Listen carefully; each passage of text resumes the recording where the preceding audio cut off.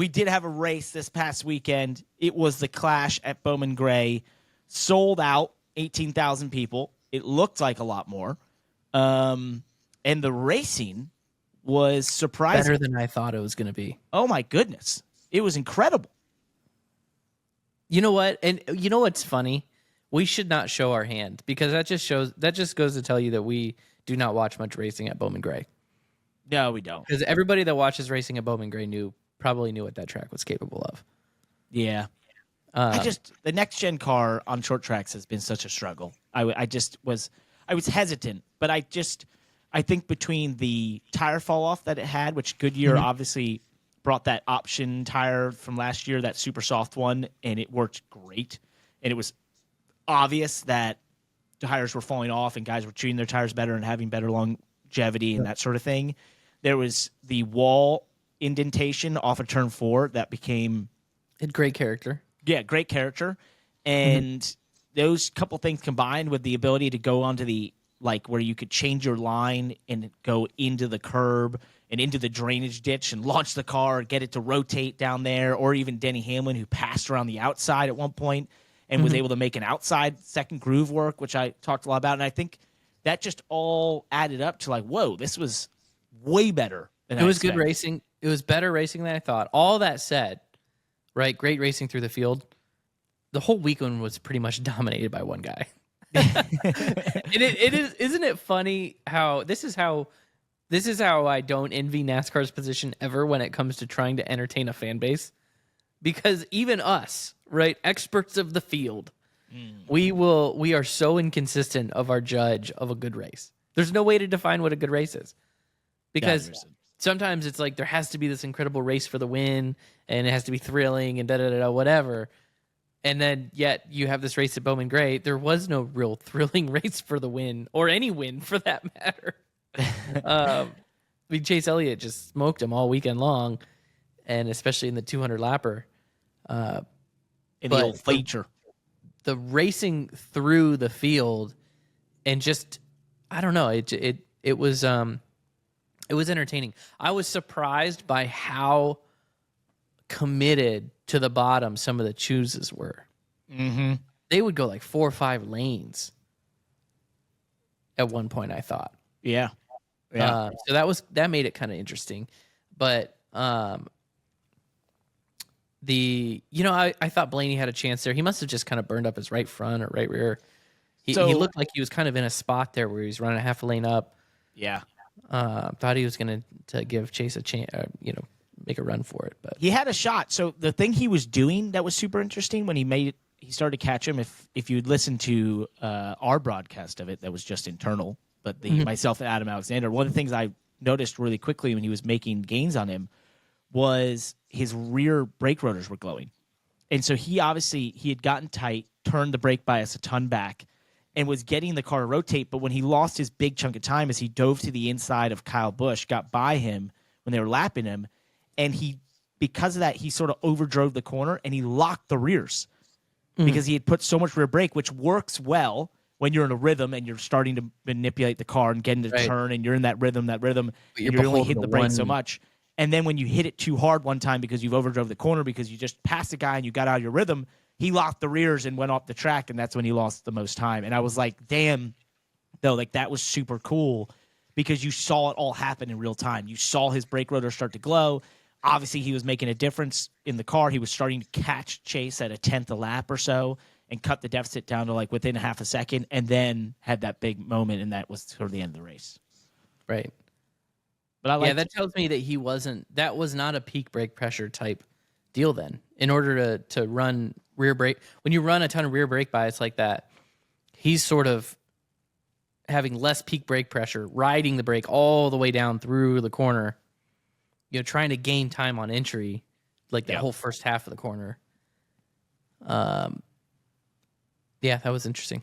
But yeah, I thought that was cool. The crowd was awesome. I know there were some comments about the broadcast where they couldn't hear the crowd particularly well.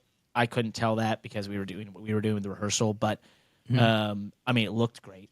Visually, it was stunning, and I just think it was a cool kickoff. We'll see if it returns there. There's some talk about maybe the Clash being moved again to somewhere like international, or I saw a lot of, tweets about wanting to do this at more short tracks where you kind of go in there, improve the short track, give it safer barriers, Right. set that thing up for the next 10 years of its life, which is a cool concept. I get that.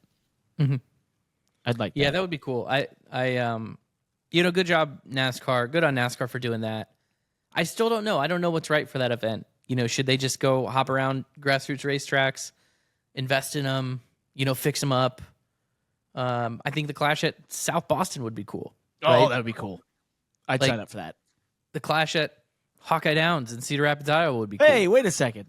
I know the owner. Right? What's the temperature, though, in early February, We'll late figure it January? out. We'll make it happen. It'd be the snow I don't race. know. I mean, I think that there's a lot of cool ways we could do this. I still don't know what's better, right? Is it that, or is it should we put them on track at Wimbledon, Yeah. right? Yep. In LA Coliseum. I think there's probably a cost difference. I bet you NASCAR did fairly well.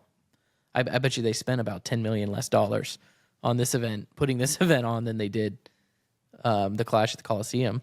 Depends what they bought it for, but they got an asset as opposed to, the Coliseum deal. People were asking me the other day, what happened to all that stuff for that track? I was like, I don't know. It might be sitting in a parking lot somewhere in California or being recommissioned into asphalt that's on a road somewhere else. I have no idea. I think in NASCAR's position, if somebody wants to pay for it, if somebody wants to send them to Wimbledon or wherever, then they'll do it. But if nothing else, over the last 3 years, NASCAR's proved, 4 years, they've proved that they can do this in a stadium. They can be fairly mobile. That including the Chicago street race, right? Yep. They're starting to get good at, popping up these events, and I think that's a skill. I think that's an asset that NASCAR's probably needed for a while.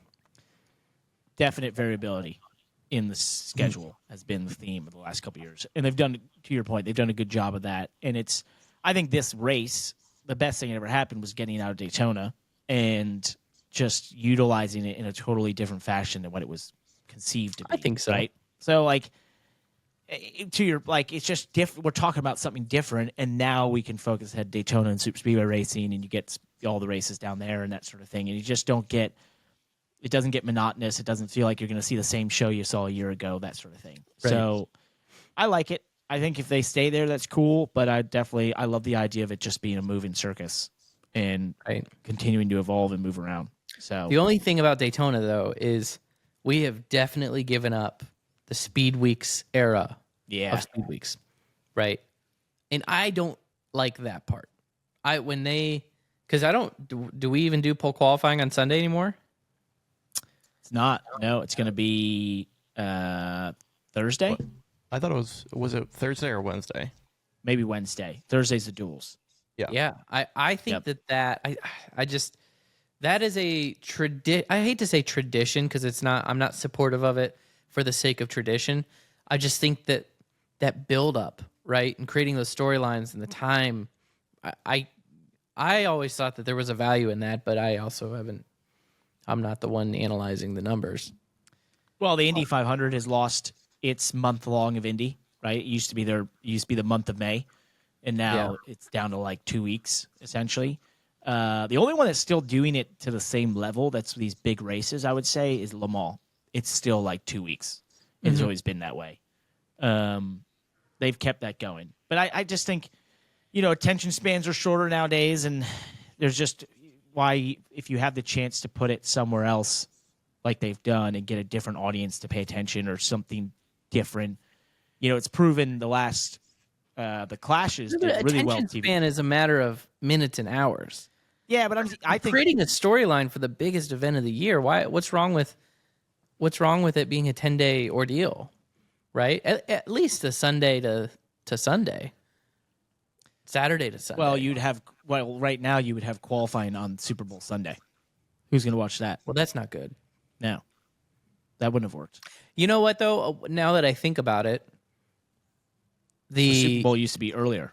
Used to be in January. Super Bowl used to be earlier, but then if you look at Daytona 500 week, we're gonna get 4 Wednesday, Thursday, Friday, Saturday, Sunday, 5 solid days in a row of on track activity. I mean, that's pretty cool.